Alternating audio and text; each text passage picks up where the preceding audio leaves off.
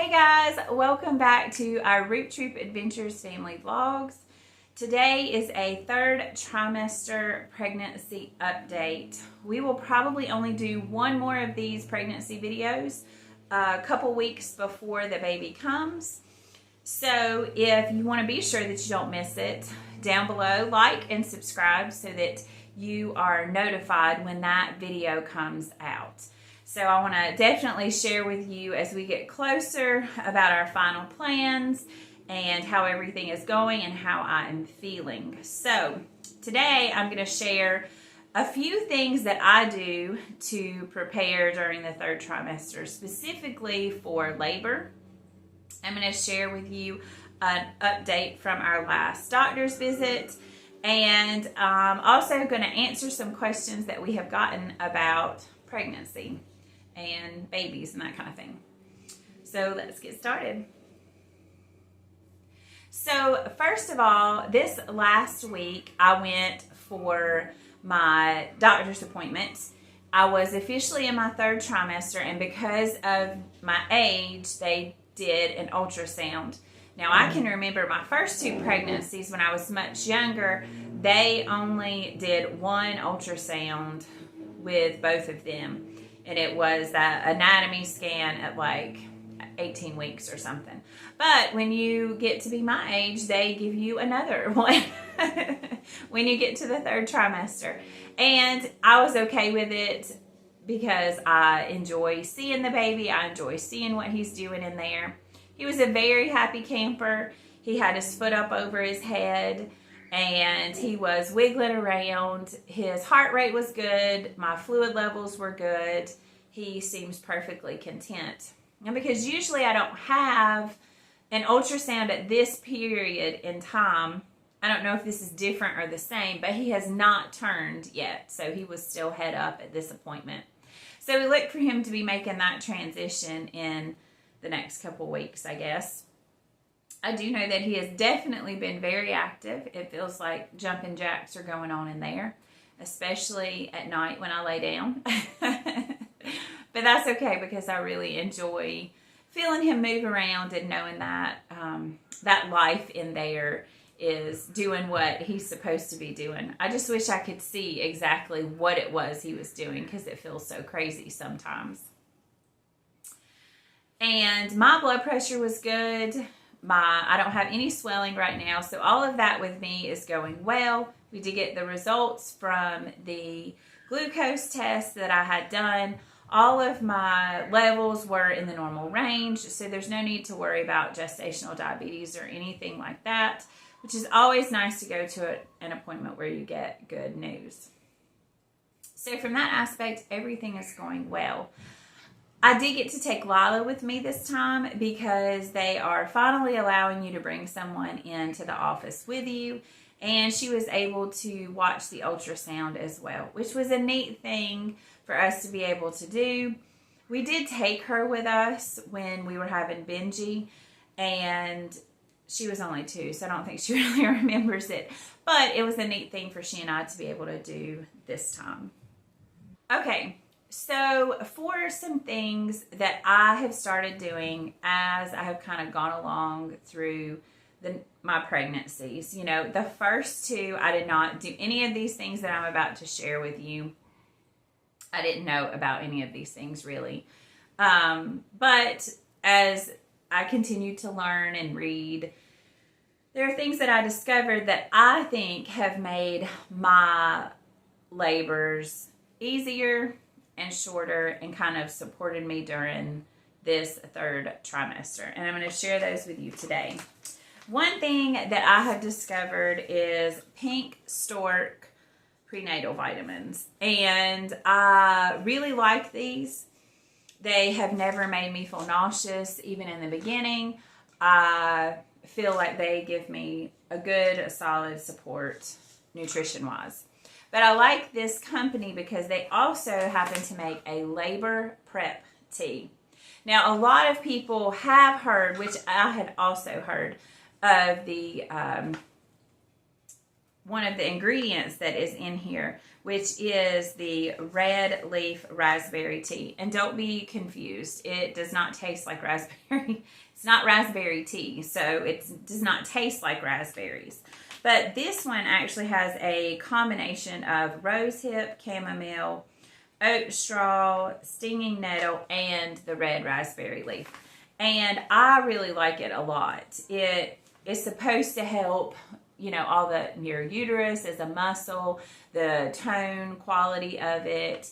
After the baby is born, if you've had a lot of this built up into your system, all the nutrients that come from this tea is supposed to help you with your recovery as well. I really like it a lot.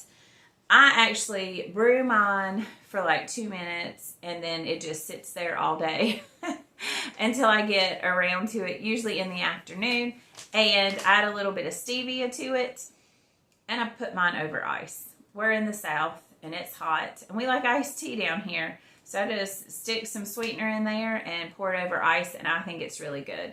If I were pregnant in the winter, maybe I would want to drink it hot. I don't know, but I enjoy it like that. It does have a different, it's not the same as like a regular tea. So it does have an herbish taste to it.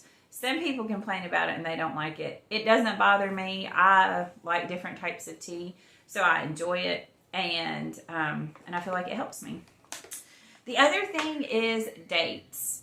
I'd started reading about dates and they don't know why.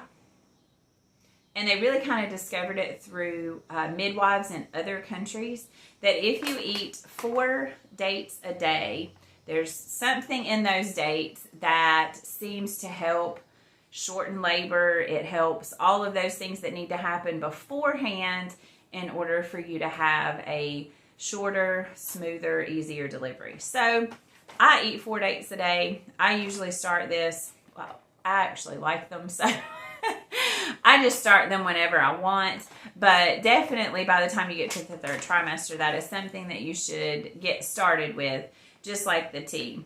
You can start it a little bit earlier than that. You don't want to start too early. You definitely wouldn't want to do the tea during your 1st trimester because you wouldn't want to cause contractions. And 1 cup a day shouldn't do that, but I would always stay on the safe side. These are all things that I like to start during the 3rd trimester. So 4 dates a day. Some people, again, really hate dates and they complain about them. To me, it's just like a huge extra sweet raisin. So I don't really mind it. Other people like put them in smoothies. I can't imagine that I would like it in a smoothie, but or they make brownies with them. There's lots of different ways to incorporate them into your diet rather than just eat them. But I just eat them, usually when I take my vitamins, so that way I don't forget. So those are the few things that I do and have done with my last 3 pregnancies that I feel like have really helped a lot. And when I say have really helped a lot, my last 3 kids so far, my labors have been like pretty short, like under 2 hours. So, everybody's different, but I feel like it definitely helped. And that is the part that I really like to last the least amount of time.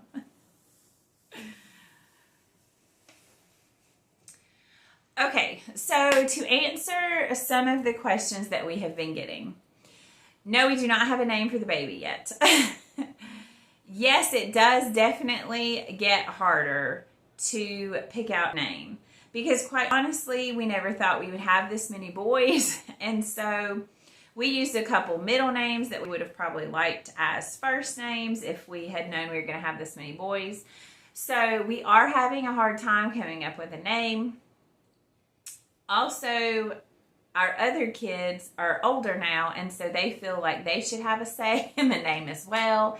And we have very different opinions about what sort of names, but it is always fun to hear what they think, and sometimes very funny to hear what they think as well. But we have not settled on a name.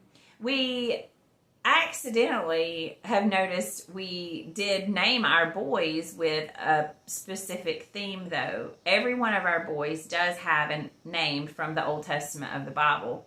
When we got started, we didn't plan it that way. We didn't really mean for it to happen.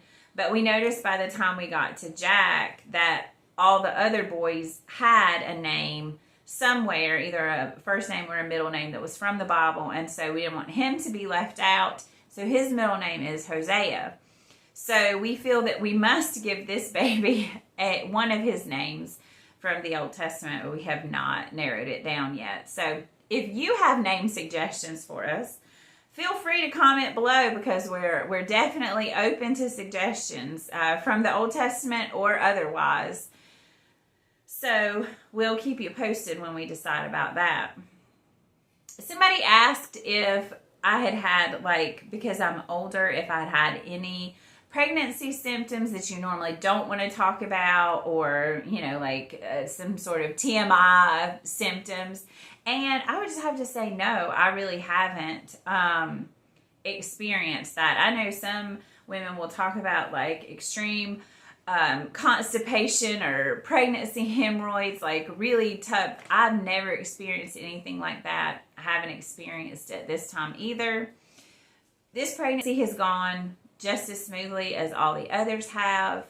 Again, all my tests come back normal. My blood pressure is always good. I don't have much swelling. I'm in the 3rd trimester now, so I am starting to get tired more. I can tell I need to take a break sometimes. And the biggest thing is I'm hot a lot. If I do anything, I get hot. But we're in the South. It's in the 90s every day, and it's usually humid. Like today, we got a thunderstorm. And I thought, oh, that'll be nice. It'll cool things down. But it was like 4:30, 5 o'clock, and then the sun came out, and then it's like actually even worse than before it rained. So, but everybody's kind of miserable with the humidity. That's not just me. But I definitely have a lower tolerance for it right now, being pregnant. The other question that we get a lot is, will we have more children? And I don't really know the answer to that. I don't think 6 was ever our plan. I think we had really kind of talked about 4. Ben always kind of said he didn't have an odd number of kids. And we've really just trusted God with the size of our family. And when he speaks to us and we feel like he is, you know, telling us that he wants to bless us with another baby, we have been open to that. So, I don't know. We don't have a yes, for sure we will, or a no, we won't. We have we just take them one at a time philosophy. So, I don't know. You'll just have to follow us and see. So, my biggest pregnancy struggle right now is my hair. Because I'm so hot. And my hair is really long at this point. It is naturally curly, which is kind of a lot to deal with right now.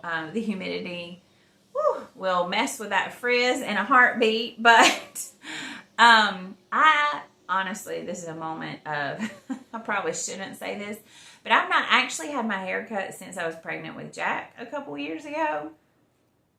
Because I was pregnant with him in 2019 before all the pandemic stuff. And then right as I had, like, you know, was coming out of the early months, those 3 months after he's born, and I'm like kind of re-entering life and so forth, the pandemic started. And then it was like everything went crazy and you couldn't get a haircut and all this, you know, salons were closed, all this kind of stuff. So I have trimmed my hair myself. You know, I do that every so often just to try to keep it healthy and deal with the ends when they start looking too frazzled. But the hardest thing right now is just not to go and get it cut off short, because it's hot, because it is hot here. It's a lot to keep up with. And I feel like it only looks good 1 or 2 days a week. You know, the first day I washed it and fixed it, it looks good. The next day when I refresh my curls, it looks good, if I can manage to leave it down. But most days, I just end up pulling it out. into a ponytail or a bun on top of my head because I'm so hot. So I don't know. What do you guys think? Should I cut it? Should I cut some of it off so it's just not quite so much to have to deal with? I think after the baby comes, am I going to have time to worry about hair? Probably not. So maybe it would be better to go ahead and get it cut now and be a little bit cooler and have less to have to deal with. But I don't know. You tell me. You comment below and tell me what you think. Leave it alone or go get it actually cut by somebody other than myself. I don't know. So, okay, well, I think that's all the updates that we have for you guys today. Be sure to look at the pictures at the end of our little baby. And if you have a name suggestion, leave it below. Otherwise, we'll see you